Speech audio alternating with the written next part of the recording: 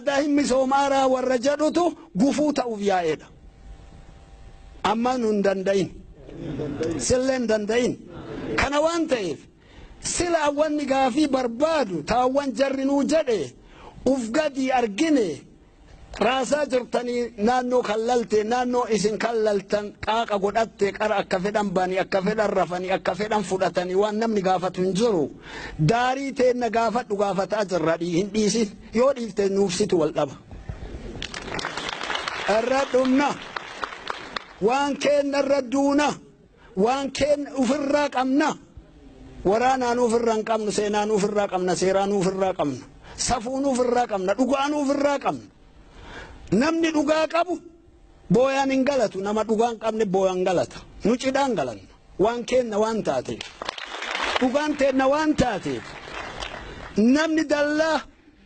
akka karoora gaariitti hin dallayanne gaafu hobolaan horii keessaa guura barana dallanne dallanuu dalleetta dallan santu hattuu yaase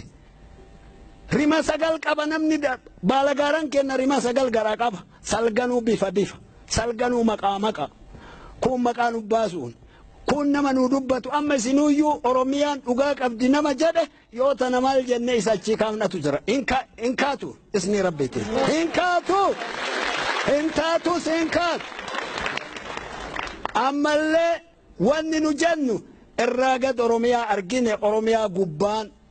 funyaanin gubbaa matatu jira sila ol gubbaan maal jedha yoo ilmi kenna dhumu yoo dangaa teenna irra duunu sila